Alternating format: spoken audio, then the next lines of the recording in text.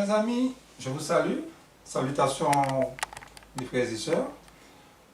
Nous allons voir le sujet du sanctuaire.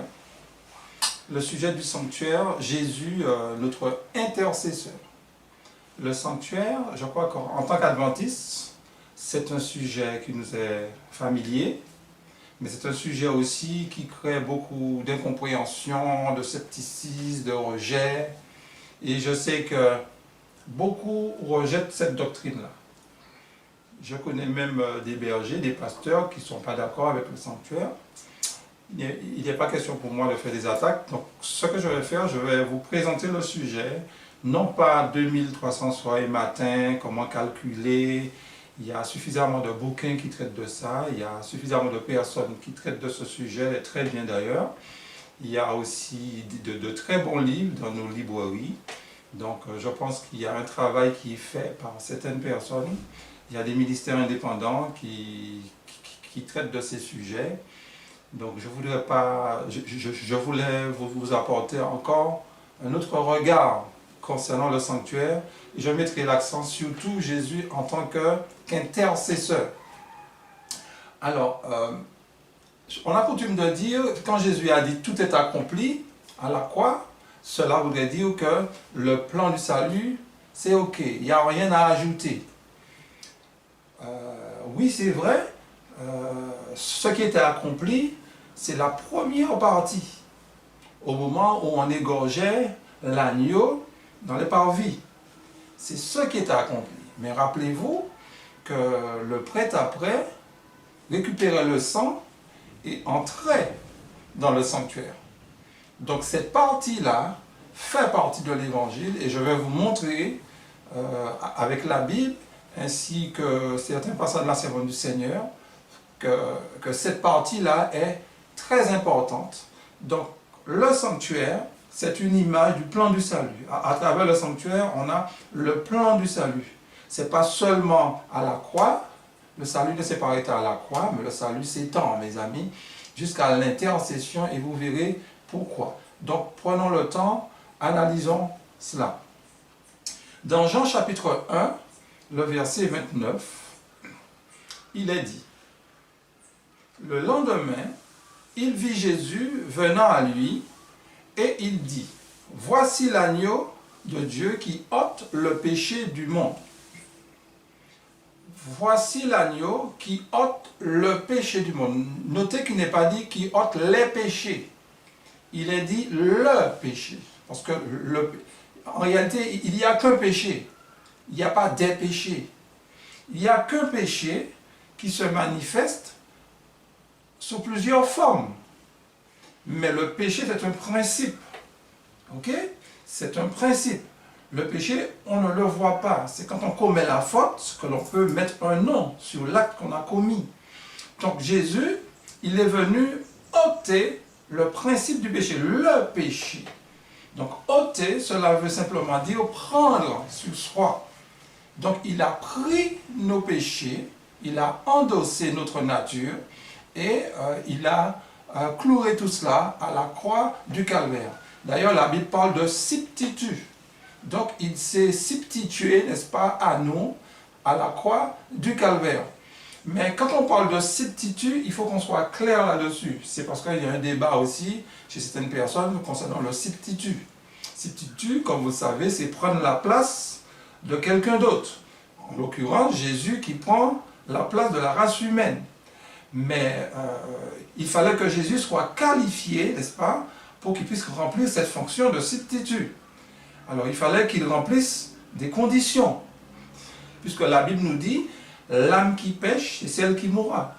Le jour où tu en mangeras, tu mourras, Genèse. Donc, l'homme devait mourir, la race devait mourir. Donc, nous allons voir quelles conditions Jésus devait remplir pour qu'il puisse jouer le rôle de substitut. Galates chapitre 4, le verset 4 à 5, il est dit ce qui suit. Mais lorsque les temps ont été accomplis, Dieu a envoyé son Fils, né d'une femme, né sous la loi, afin qu'il rachetât ceux qui étaient sous la loi, afin que nous reçussions l'adoption. Alors, lorsque les temps fut accompli, n'est-ce pas, ont été accomplis, on fait allusion certainement à la prophétie de Daniel chapitre 9, les 490 années, etc. On ne va pas parler de cela. Mais il y avait un temps bien défini pour que le Messie puisse venir. Mais ce qui nous intéresse ici, il est dit, Jésus est né d'une femme née sous la loi. Né sous la loi, qu'est-ce que cela veut dire? Né sous la loi, j'ai omis de mettre le texte, mais né sous la loi, dans Romains chapitre 3, le verset 19, né sous la loi, c'est être sous la condamnation de Dieu. Ok? De la loi, pardon. Être sous la condamnation de la loi, afin que toute bouche soit reconnue coupable. Donc, être sous la loi, Romains chapitre 3, le verset 19, il nous dit, tous ceux qui sont sous la loi sont sous la malédiction. Donc, la race humaine, n'est-ce pas, quand il a péché, elle est sous la loi. La loi condamne. Non pas par rapport à ses actes, mais surtout par rapport à sa nature. C'est Adam qui a péché, certes, mais nous sommes tous des pécheurs. Nous commettons tous des péchés. Donc, je suis condamné, non pas parce que j'ai péché personnellement, en tant que Franck, mais je suis condamné par rapport à ma nature, par rapport à ma position en Adam. Donc, Christ est né d'une femme sous la loi. Donc, la mère de Jésus était une pécheresse. Nous avons tous, nous avons appartenu à la grande église qui nous a expliqué que Marie est immaculée, Marie est sainte, etc. Non, Marie n'était pas sainte. Du moins, elle n'était pas sainte par rapport à sa nature. Ok? Marie était née sous la loi, Marie avait besoin d'un sauveur. Donc Jésus étant sorti de Marie, Jésus a revêtu notre nature, n'est-ce pas? Notre nature, la nature que nous avons, la nature d'Adam après le péché. Donc, le substitut devait ressembler à la personne qu'il est venu sauver. Donc, devait ressembler à Adam, non pas avant qu'il ne pêche, mais devait ressembler à Adam après qu'il ait péché. Sans quoi il n'aurait pas pu mourir. Il ne pouvait pas venir avec une nature sainte. Ok? Bon, certes, Jésus s'est fait pécher pour nous. Jésus, de par lui-même, n'était pas un pécheur. Mais il s'est fait pécher pour nous, il a pris notre nature. Et dans Jésus-Christ, la page 34, écoutez ce qu'elle dit, la servante du Seigneur. Elle dit, Jésus accepta l'humanité alors qu'elle était affaiblie par 4 millénaires de péché. Comme tout enfant d'Adam, il a accepté les résultats de la grande loi de l'hérédité. Ces résultats, on peut les connaître en consultant l'histoire des ancêtres terrestres. C'est avec une telle hérédité qu'il vient partager nos douleurs et nos tentations et nous donner l'exemple d'une vie exempte de péché. Donc Jésus avait une nature affaiblie par 4 millénaires. Donc Jésus a ressenti, n'est-ce pas, tout ce que nous ressentons. Jésus l'a expérimenté. Donc quand Jésus est venu sur la terre, il a revêtu une nature pécheresse. La mort est en lui. La mort est en lui. Donc ce n'était qu'une question de temps pour que la mort puisse l'engloutir. Donc Jésus aurait pu mourir n'importe comment. Et Dieu aurait accepté. Jésus aurait pu mourir par la vieillesse. Il aurait pu mourir par une crise cardiaque, etc. etc. C'est parce qu'il avait revêtu notre humanité vieille de 4000 ans à l'époque. Donc Jésus, quand il est venu, quand le texte nous dit, voici l'agneau qui ôte le péché, donc il a pris notre nature pécheresse, n'est-ce pas, sur lui. Et cette nature-là, il va à la croix, n'est-ce pas, il va l'exécuter, cette nature, il va le mettre sur la croix, et Dieu, à ce moment-là, va frapper Jésus, et quand Jésus frappe, ou Jésus en réalité, il nous frappe, chacun d'entre nous. Dans 1 Corinthiens 15, le verset 45, il est dit, Jésus est appelé le second Adam. Ok? Il y a le premier Adam, n'est-ce pas, que l'on trouve dans le livre de la Genèse, qui nous a donné cette nature pécheresse. Il y a le second Adam que l'on trouve aussi dans la Genèse, hein, l'espoir, n'est-ce pas? Mais qui s'est manifesté pleinement dans le Nouveau Testament, qui est la personne de Jésus. Adam, c'est le père de l'humanité. C'est ce que cela veut dire. Donc quand Dieu a créé Adam, il a créé des milliards et des milliards de personnes. Donc l'humanité se trouvait dans le premier Adam, et c'est ce qui explique que nous avons cette nature pécheresse. Si je suis un pécheur, c'est pas parce que j'ai décidé d'être un pécheur, je suis un pécheur parce que je suis né comme ça. Ok? Je suis né comme ça par rapport à ma position en Adam. Alors, dans le Nouveau Testament, Jésus est appelé aussi, dans 1 Corinthiens 15, verset 45, le second Adam. Donc, l'humanité aussi se trouvait en Christ. Donc, quand Christ va à la croix du Calvaire, il nous emmène aussi avec lui à la croix. Le jour où tu en mangeras, tu mourras, nous sommes aussi morts à la croix. Nous sommes morts à la croix. Donc, ce n'est pas seulement le Fils de l'homme, le Fils de Dieu qui meurt pour l'homme, mais puisque Adam veut de l'humanité, l'humanité est morte aussi en Adam. Et ce que je vous dis là, Paul le dit dans 2 Corinthiens, le chapitre 5, le verset 14. Écoutez ce qu'il dit. Car l'amour de Christ nous presse, parce que nous estimons que si un seul est mort pour tous, tous donc sont morts. Regardons le texte à nouveau, mes amis. C'est très profond, cela. Il nous dit, parce que nous estimons, si un seul est mort pour tous, un seul, c'est qui? Jésus. Le tous, là, c'est l'humanité.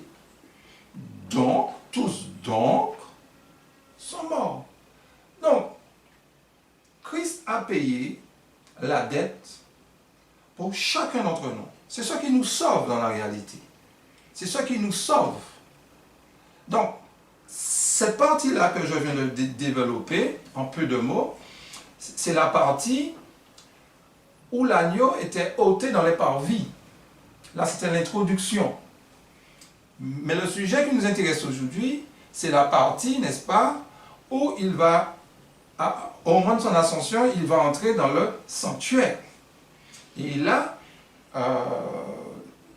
je sais que certaines personnes auront du mal à accepter ce que je vais dire, parce qu'il y a beaucoup qui ne croient pas au sanctuaire, mais je me servirai que du Nouveau Testament avec vous et quelques passages de la servante du Seigneur, mais surtout dans la Bible. Alors, dans Hébreux, le chapitre 8, le verset 1 et 2. Hébreux, c'est le Nouveau Testament. Très bien.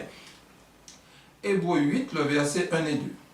Le point capital de ce qui vient d'être dit, c'est que nous avons un tel souverain sacrificateur qui s'est assis à la droite du trône de la majesté divine dans les cieux, comme ministre du sanctuaire et du véritable tabernacle qui a été dressé par le Seigneur et non par un homme. Tout souverain sacrificateur est établi pour présenter des offrandes et des sacrifices, d'où il est nécessaire que celui-ci ait aussi quelque chose à présenter. Ici, nous avons, quand Jésus est monté au ciel, où il se trouve, l'inspiration nous dit, il est assis à la droite de Dieu. Mais il est appelé souverain sacrificateur. Il est appelé comment, mes amis? Souverain sacrificateur. Alors vous me direz, comme l'a dit quelqu'un, souverain sacrificateur, c'est pas possible qu'il soit souverain sacrificateur, parce que le sacerdoce était réservé à la tribu de Lévi. Ok? Le sacerdoce était réservé à la tribu de Lévi. Alors que Jésus est venu de la tribu de Juda. Ça c'est vrai. Et d'ailleurs, n'oublions pas que le but de cette épître, c'est de montrer aux Hébreux que Jésus, c'est lui le Messie certes, mais c'est aussi lui le souverain sacrificateur. Donc il fallait montrer aux gens que Jésus n'est pas seulement un sauveur, mais il est aussi souverain sacrificateur. Et pour ce faire, l'auteur du livre d'Hébreux va prendre le chapitre 1 du livre d'Hébreux, toujours, Hébreux 1, le verset 1 et 2. Après avoir, à plusieurs reprises et de plusieurs manières, parlé à nos frères, à nos pères par les prophètes, Dieu, dans ces derniers temps, nous a parlé par le Fils qu'il a établi héritier de toutes choses, par lequel il a aussi créé le monde. Notez que l'auteur du livre nous présente Jésus comme étant le créateur de l'univers. Donc, Dieu, dans les derniers jours, nous a parlé par le Fils qu'il a établi héritier de toutes choses, et notez, par lequel il a aussi créé le monde. Donc, quand on lit le livre de la Genèse, on ne parle pas de Jésus. Au commencement, Dieu créa. Au commencement, Dieu fait ci, Dieu fait ça. Ok. Mais le texte nous dit que Jésus a participé à la création. Ce qui sous-entend, c'est aussi Dieu. Ok? C'est aussi Dieu. Et dans le chapitre 2 du même livre, Hébreu, là, on nous présente Jésus qui va s'incarner au moment où il est engendré. Au moment où il est engendré, c'est au moment qu'il va s'incarner. Donc, si le texte Hébreu chapitre 8, le verset 9 nous dit, le verset 1 nous dit, nous avons un tel souverain sacrificateur. Ce tel-là, mes amis, pour nous montrer que ce n'est pas n'importe qui. Jésus n'est pas n'importe qui. C'est le créateur de l'univers. Donc si c'est le créateur de l'univers, et c'est lui qui a institué la tribu de Lévi, Jésus peut s'identifier à n'importe quelle tribu, mes amis. À n'importe quelle tribu. Donc c'est pour cela, je répète, que l'auteur, avant de développer sa thématique sur la prêtrise de Jésus, il nous a d'abord montré que Jésus n'est pas n'importe qui, c'est Dieu. C'est le créateur de l'univers.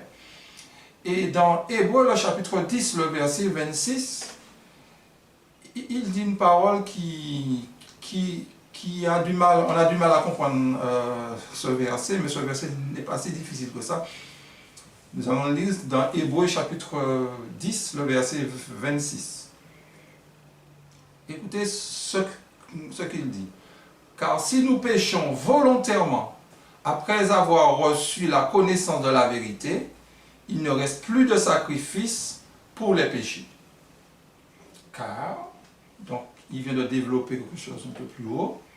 Si nous péchons volontairement, après avoir reçu la connaissance de la vérité. Quelle connaissance de la vérité? La vérité du sanctuaire. Il parlait de la prêtrise de Jésus. Si nous rejetons la prêtrise de Jésus, il ne reste plus de sacrifice pour le péché. Le verset ne veut pas dire que le péché des 10 commandements, on ne parlait pas des 10 commandements là, mes amis. On parle le rejet d'une personne, le rejet de la personne de Jésus. Car si nous péchons volontairement après avoir reçu la connaissance de la vérité, quelle vérité? C'est la vérité qu'il développe dans son livre, à savoir Jésus en tant que souverain sacrificateur. C'est comme si vous sacrifiez l'animal dans le parvis, et puis on n'amenait pas le sang dans le sanctuaire. Ça n'avait pas de sens. Donc Jésus a accompli la première partie dans le parvis. Voici l'agneau qui ôte le péché du monde. Donc le péché a été ôté, n'est-ce pas?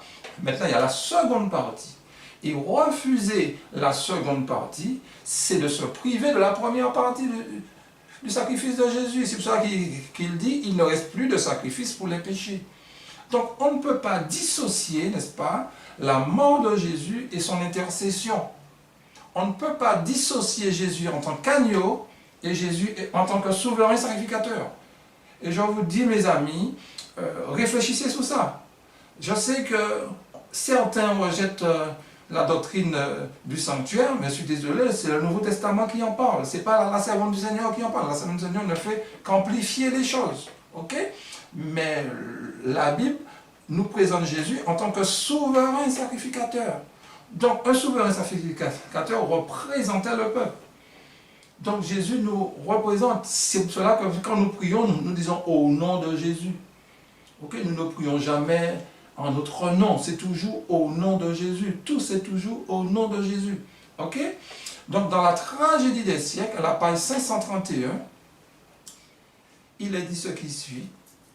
L'intercession du Sauveur en faveur de l'homme dans le sanctuaire céleste est tout aussi importante dans le plan du salut que sa mort sur la croix.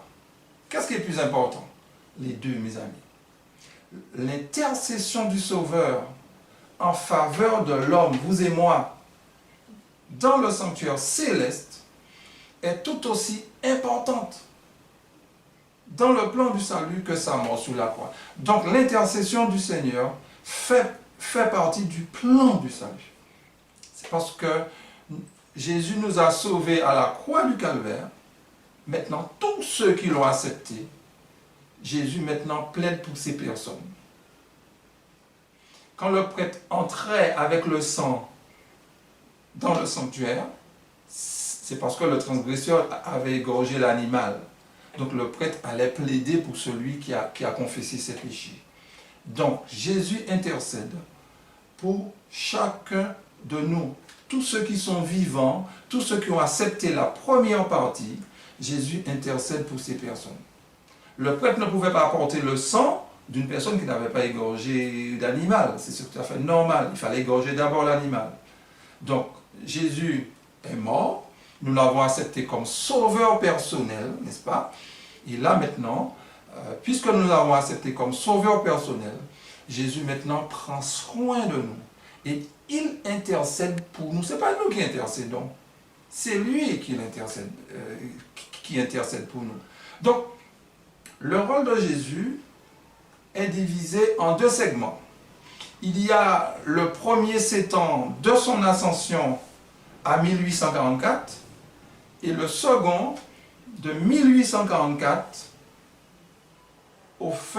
à la fin du temps de grâce. Ok? Donc n'oubliez pas ça. Comment dire, le rôle de Jésus quand il est entré dans le ciel se divise en deux segments, en deux parties. La première partie de son ascension à 1844. Et 1844, c'est l'instruction du jugement qui a commencé jusqu'à la clôture du jugement.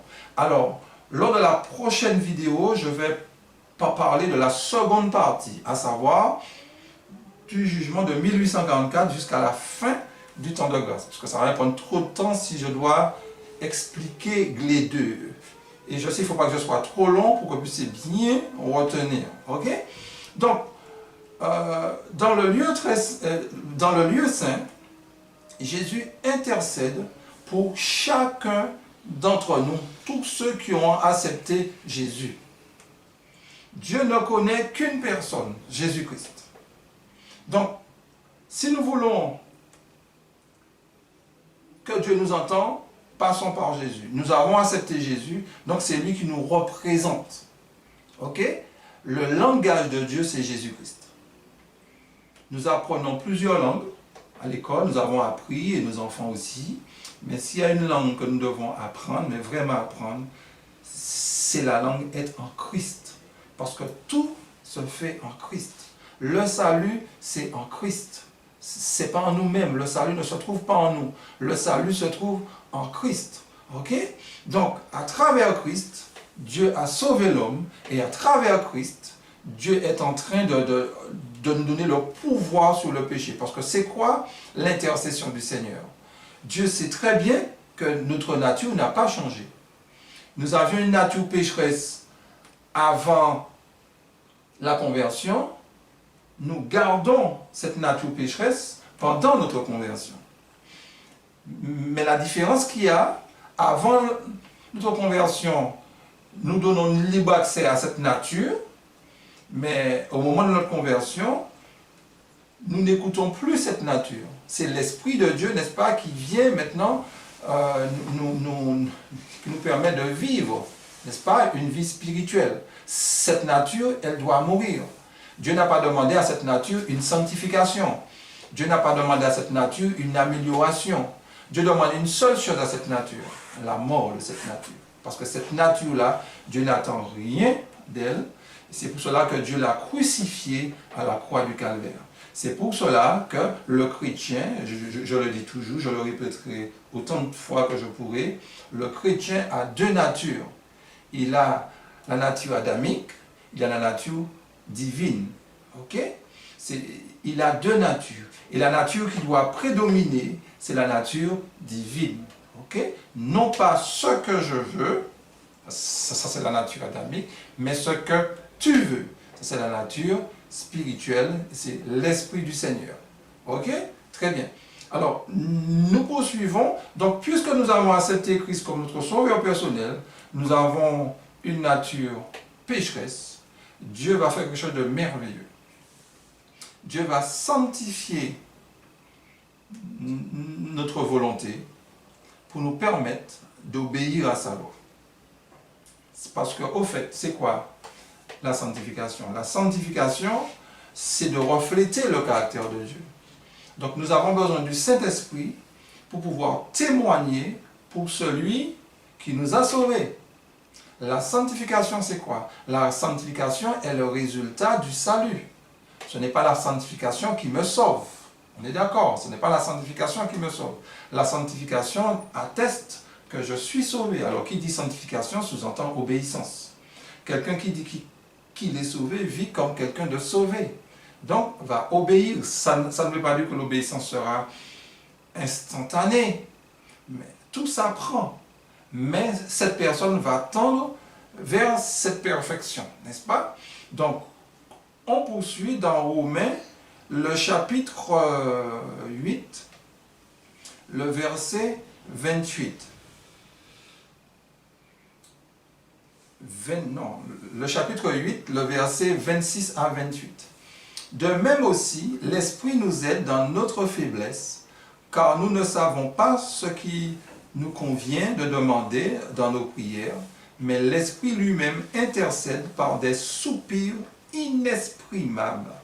Et celui qui sonde les cœurs connaît quelle est la pensée de l'Esprit, parce que c'est selon Dieu qu'il intercède en faveur des saints. Nous savons du reste que toute chose concourt au bien de ceux qui aiment Dieu, de ceux qui sont appelés selon son dessein. Mes amis, c'est merveilleux. Le Saint-Esprit intercède pour nous. Vous allez me dire, mais je jeûne, je fais tout ça. Oui, c'est parfait. Mais le Saint-Esprit sait ce que nous avons besoin. Des fois, nous prions, mais c'est égoïste. Même en demandant des choses spirituelles. Des fois, je peux demander à Dieu son Saint-Esprit, mais c'est pour faire quoi? Est-ce que je suis prêt à me mettre au service de Dieu, n'est-ce pas, pour pouvoir témoigner pour lui?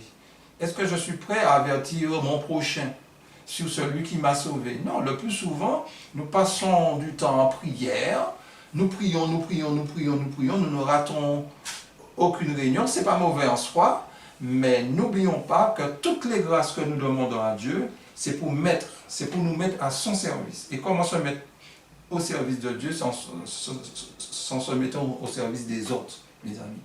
Donc, le Saint-Esprit, c'est ce que nous avons besoin. Des fois, nous commettons des actes. On ne sait pas pourquoi on commet cela. Enfin, on ne sait pas. Si, nous avons une nature pécheresse. Mais le Saint-Esprit, des fois, fait remonter des choses qui sont endormies en nous. Il fait remonter cela à travers certaines expériences. Et quand ces choses-là remontent, quand Dieu nous présente ces mauvaises choses, nous devons maintenant aussi les confesser, mes amis. Dieu, il est sage, il sait qui nous sommes. Nous ne nous connaissons pas, mes amis. C'est pour ça que le texte, après qu'il ait parlé d'intercession, il dit « Toutes choses concourent au bien de ceux qui aiment Dieu ». Cela veut dire que, quel que soit ce qui va nous arriver, n'oublions pas, le but de Dieu, c'est d'intercéder pour nous.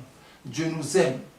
Même s'il y a, entre guillemets, que de mauvaises choses qui nous arrivent, n'oublions pas, tout, je dis bien, tout concourt au bien de ceux qui aiment Dieu. Donc, quelle que soit la mauvaise nouvelle, au bien de ceux qui aiment Dieu. Donc, nous avons une nature pécheresse, nous avons accepté Dieu, mais Dieu sait très bien que notre amour pour lui n'est pas encore assez fort. Il le sait, nous sommes encore charnels parce que nous sommes des bébés. Comment se comporte un bébé? Un bébé, quand il a faim, quand il veut le sein, il va crier. C'est comme ça que se comporte un bébé. Un bébé est charnel. Mais après, le bébé il grandit au fur et à mesure. Donc, quand on rencontre Jésus, on est bébé. Mais à travers l'intercession de Jésus, c'est pour faire quoi? C'est pour nous aider à grandir, à mûrir. Ok? On peut avoir 30 années à l'évangile et être un bébé. Être un bébé n'est pas une question d'années. Ok? être un bébé, c'est notre relation avec Dieu. Mais la Bible parle de bébés spirituels.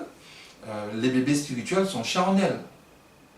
Un chrétien charnel ne veut pas dire qu'il n'est pas chrétien. C'est un bébé. Ok? Et à travers sa relation avec Dieu, il va grandir. Nous ne sommes pas là pour juger personne. Ok? Le chrétien, d'ailleurs Paul parle de chrétien charnel. Et la deuxième épître de Corinthiens, ces chrétiens-là ont été touchés par le premier épître et se sont convertis. Hein? Quand vous lisez Patriarche Prophète, la Servante du Seigneur, non pas Patriarche Prophète, Conquérant Pacifique, la Servante du Seigneur nous dit que Paul a attristé ses frères corinthiens, mais c'était dans le but d'attirer leur attention sur leur niveau spirituel, n'est-ce pas? Et Paul les a attristés certains de chrétiens charnels. Donc un chrétien charnel, c'est pas quelqu'un qui vit comme... Non, on peut être charnel et être chrétien, mais tout dépend de notre relation avec Dieu. C'est au fur et à mesure, nous allons progresser dans notre course chrétienne. Notre course chrétienne. À un moment donné, on va arriver au stade adolescent pour pouvoir parvenir à l'âge adulte. Et Dieu veut nous amener à une certaine maturité. Donc l'intercession du Seigneur, quel est son but? Dieu veut habiter en nous. Ok? Donc il va aussi à notre rythme. C'est pour cela qu'il nous faut faire extrêmement attention. Chacun a son rythme. Chacun a son rythme. Gardons-nous de juger nos frères et sœurs. Le frère qui vit dans le péché, la sœur qui vit dans le péché, il y a une manière de l'aborder, n'est-ce pas? Et n'oublions pas, à aucun moment, Dieu nous a dit de juger cette personne.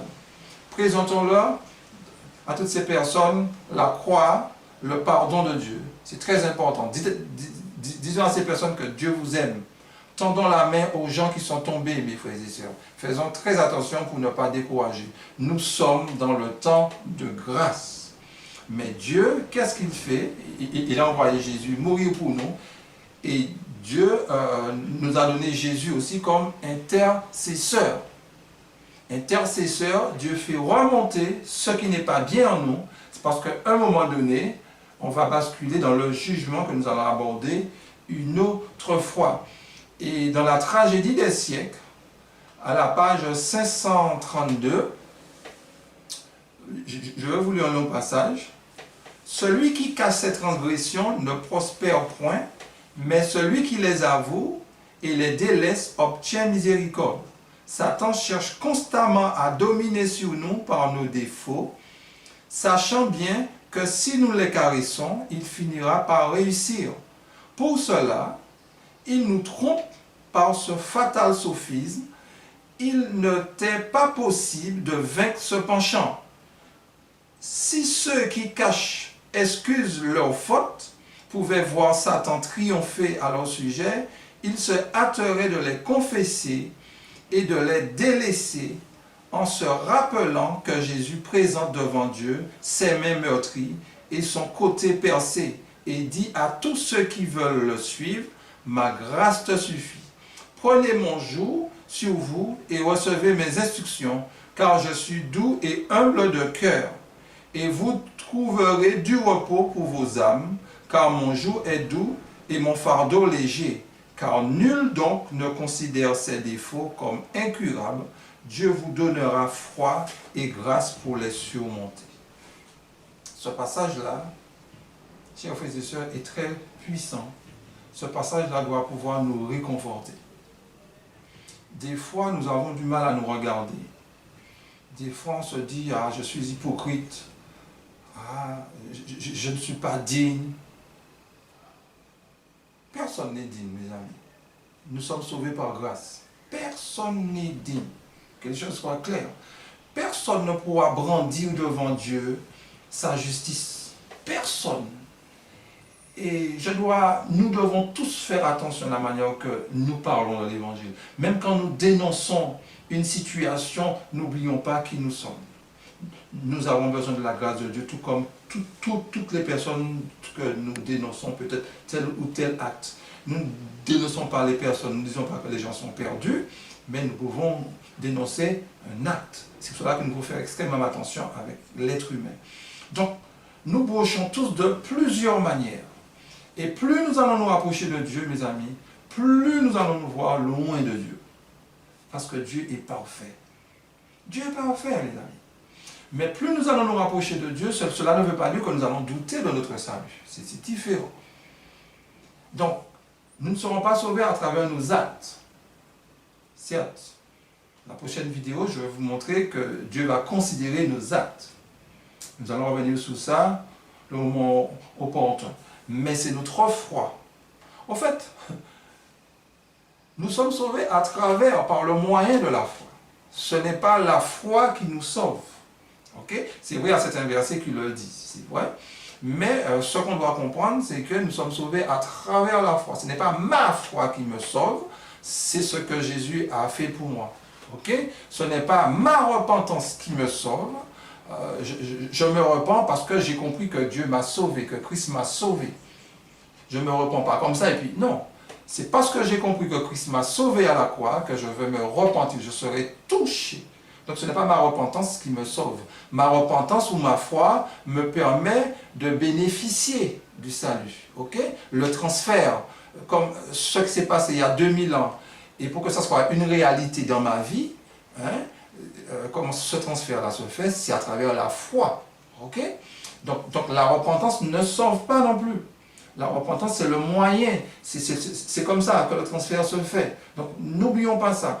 Mais quel que soit le défaut que nous avons, mes amis, mettons nos deux genoux par terre et demandons à Dieu pardon pour nos péchés.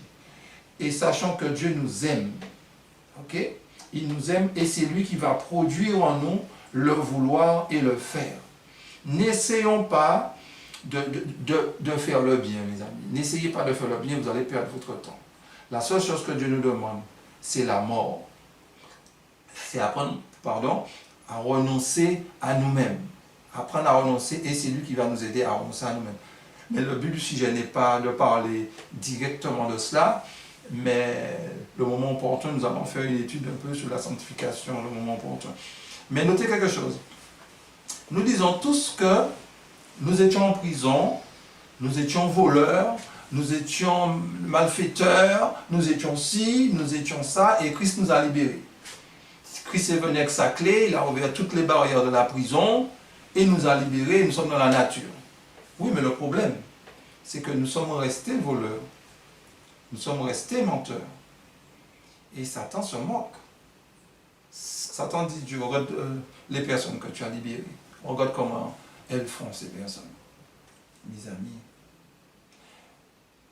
si nous disons que Christ nous a libérés et nous commettons toujours les mêmes choses, sciemment, nous sommes en train de blâmer Christ. Imaginez, qu'on libère un terroriste. On dit, oui, le terroriste s'est converti, a changé, il a été exemplaire en prison, et puis le juge dit, pour bonne conduite, on le libère. Et puis quelque temps après, on apprend qu'il a fait un attentat. Qu'est-ce qu'on va penser du juge? On va blâmer le juge. Donc, en tant que chrétien, quand nous donnons un mauvais exemple, nous donnons raison à l'ennemi. C'est parce que l'ennemi dit que ce n'est pas possible de servir Dieu. Donc la sanctification, en d'autres termes, c'est aussi pour justifier Dieu. Dieu n'a pas besoin qu'on le justifie, comprenez-moi quand je parle de justifier Dieu. C'est dans le sens pour que les gens comprennent qui est Dieu. Qui est-il vraiment? Et Dieu compte sur nous. Compte sur ses enfants, sur son Église. Son Église, c'est son corps sur la terre. C'est l'extension de sa personne. Donc Dieu compte sur nous. Donc Christ nous a libérés de prison, c'est vrai. Nous étions voleurs, mais nous ne sommes plus voleurs. Nous avons une nature. À n'importe quel moment, on peut voler. Mais puisqu'on est assujetti à son Saint-Esprit, donc à ce moment-là, le Saint-Esprit nous aide à la transformation. Donc l'intercession du Seigneur, Dieu devient notre professeur. Il devient notre maître. Il devient notre coach. C'est ça, il nous forme, il nous transforme, il regarde qu'est-ce qu'on a besoin. Qu'est-ce qu'on a besoin pour qu'on puisse lui ressembler. Donc il nous faut rester dans la prière, il nous faut rester dans la méditation. il nous faut rester dans le jeûne, il nous faut rester sauvés. Donc son intercession, c'est pour nous permettre de rester sauvés. On l'a accepté, Dieu nous considère comme des gens justes, mais il nous aide à rester en lui. Je dis bien, à rester en lui. Donc il fait tout pour nous préparer pour cela. Il fait tout pour nous former. Donc Dieu compte sur nous. Dieu a parié sur nous. Dieu mise sur nous. Dieu mise sur nous. Mais il nous aide, il ne nous compte pas sur nous. Débrouillez-vous. Non, il est avec nous. Et il produit le vouloir et le faire. Dieu, c'est notre mentor. C'est Christ qui est notre mentor. Du moins, c'est parce que c'est lui qui intercède pour nous. Donc, n'oublions pas cela, mes amis. En tant qu'adventiste, en tant qu'Église du Seigneur, il devait avoir de moins en moins d'athées dans le monde. Il devait avoir de moins en moins d'athées parce que les gens devaient voir les œuvres de Christ à travers nous. Pourquoi les gens sont encore athées? C'est parce que moi, vous et moi, nous ne donnons pas toujours l'exemple. Nous sommes aussi angoissés que les gens du monde. Nous sommes... Non, nous ne sommes pas comme Dieu le veut. Je ne dis pas ça pour nous culpabiliser. Mais c'est une manière de nous faire comprendre qu'il nous faut nous rapprocher davantage de Dieu et collaborer avec son Fils Jésus-Christ qui intercède pour nous. Ok? Donc, bientôt, Dieu va nous passer en jugement. Je parle des vivants. Parce que le jugement des morts a commencé, nous allons traiter de ça une autre fois avec des textes, ne vous inquiétez pas. Dieu veut ôter, avant d'ôter, de purifier le sanctuaire, Dieu veut ôter le péché de nous. Dieu veut purifier notre cœur d'abord. C'est très important. Dieu veut nous amener à détester le mal, mes frères et sœurs. Parce que tant que nous allons aimer le mal, nous allons reproduire le mal. Tout c'est une question d'agapé, tout c'est une question d'amour. Pour servir Dieu, c'est une question d'amour. La perfection, c'est l'amour. Il n'y a pas de perfection dans les gestes, etc. Non, c'est dans l'amour. Et quand il y a l'amour, les gestes vont suivre. Ok? Une autre fois, on va parler de ça, on va s'étaler sur cela. Alors, dans Hébreux, le chapitre 8, le verset 6 à 10, écoutez ce qui est dit. Mais maintenant, il a obtenu un ministère d'autant supérieur qu'il est le médiateur d'une alliance plus excellente, qu'il a été établi sous de meilleures promesses. Mais voici l'alliance que je ferai avec la maison d'Israël. Après ces jours-là, dit le Seigneur, je mettrai mes lois dans leur esprit et je les écrirai dans leur cœur et je serai leur Dieu et ils seront mon peuple. Mes amis, ici, en tant que sacrificateur, souverain sacrificateur, Dieu nous fait une promesse. Jésus nous fait une promesse. Il nous fait une promesse. Et le texte nous dit, n'est-ce pas, c'est merveilleux, il dit une alliance plus excellente. Donc il y avait une ancienne alliance. Et là maintenant, il y aura une nouvelle alliance. Sur des meilleures promesses. La première promesse, on ne va pas voir ça aujourd'hui, c'est l'homme qui l'avait fait. Nous ferons, nous. Mais la seconde alliance, c'est Christ qui fait la promesse. Et si c'est Christ qui fait la promesse, Christ nous promet, si nous restons en lui, il va nous transformer. Et comment va-t-il nous transformer? Il créera en nous le bon vouloir et le faire. On ne va pas se sentir obligé de faire quelque chose. Hein? Ah ouais, Dieu a demandé ça, oh là là, Dieu il est dur, ah, Dieu demande toujours quelque chose. Non, le serviteur de Dieu sera prêt à écouter son serviteur. Ok? Pas son serviteur, son maître. Je dis bien son maître sera prêt à écouter son maître. Mais pour cela, il y a un travail intérieur qui doit se faire. Mes amis, Dieu, il est spirituel. Nous sommes charnels. Comment un être charnel peut-il faire des œuvres spirituelles? Ce n'est pas possible. Alors, qu'est-ce que Dieu fait? Dieu nous sauve d'abord. Il nous a sauvés en Christ. Maintenant, une fois qu'il nous a sauvés en Christ, il fait de nous des êtres spirituels. Il ne demande pas à un charnel de devenir spirituel. Ce n'est pas vrai. il demande à un charnel de mourir, d'accepter son Fils. Une fois que nous avons accepté son Fils, il nous regarde comme des êtres justes. Nous avons un nouveau statut. Nous sommes des pécheurs, certes, mais repentants. Un pécheur, c'est quelqu'un qui pratique le péché. Un pécheur repentant, ça s'entend, ne pratique pas le péché. Il péchera, ça arrivera qu'il péchera, mais il ne va pas pratiquer le péché. Ok? Donc cette personne, qu'est-ce que Dieu fera? Dieu va le transformer. Et Dieu s'engage dans Hébreu, nous venons de lire le texte, Hébreu 8, le verset 6 à 10, il s'occupera de nous, n'est-ce pas? Il fera de manière pour que nous puissions le suivre. Les gens du monde vont trouver que c'est difficile ce que nous faisons. Comment se fait-il qu'on fait telle ou telle chose? Parce que pour eux, ils voient l'acte. Mais Dieu n'aurait pas l'acte. Dieu regarde le mobile. Et quand le mobile est motivé par agapé, mes amis, c'est ce que Dieu réclame, mes amis. Donc, ça, c'est la partie que je vous ai présentée là pour terminer. C'est la partie de son ascension à 1844. Et prochainement, nous allons aborder la partie de 1844 à la fin du jugement. Mais je vais vous lire une dernière citation de la servante du Seigneur, tirée de la tragédie des siècles, la page 461, et ce passage nous servira de tremplin pour pouvoir passer dans l'autre phase. Ok? Écoutez qu'est-ce qui est dit. Alors je ne sais pas s'il dit la page, c'est la page 461 de la tragédie des siècles. Ceux qui vivront sur la terre, quand cessera dans le sanctuaire céleste l'intercession du Seigneur, devront subsister sans médiateur en la présence de Dieu. Leurs robes devront être immaculées et leur caractère purifié de toute souillure par le sang de l'aspersion. Par la grâce de Dieu et par des efforts persévérants, ils devront être vainqueurs dans leur guerre contre le mal, pendant que le jugement s'institue dans le ciel et que les fautes des croyants repentants s'effacent des registres célestes. Il faut que sur la terre, le peuple de Dieu renonce définitivement au péché. Ce fait est clairement présenté par les messages du 14e chapitre de l'Apocalypse. Le peuple de Dieu devra vivre à un moment donné sans médiateur. Nous allons analyser cela. Qu'est-ce que cela veut dire? Le peuple devra vivre sans médiateur. Donc le peuple qui devra vivre sans médiateur, ce seront les vivants. Dieu n'intercède pas pour des morts. Les morts, leur cas, c'est fini, c'est scellé. Dieu intercède pour nous qui sommes vivants. Mais à un moment donné, même en étant vivant, il va cesser l'intercession. Donc nous allons nous pencher prochainement. Qu'est-ce que cela veut dire?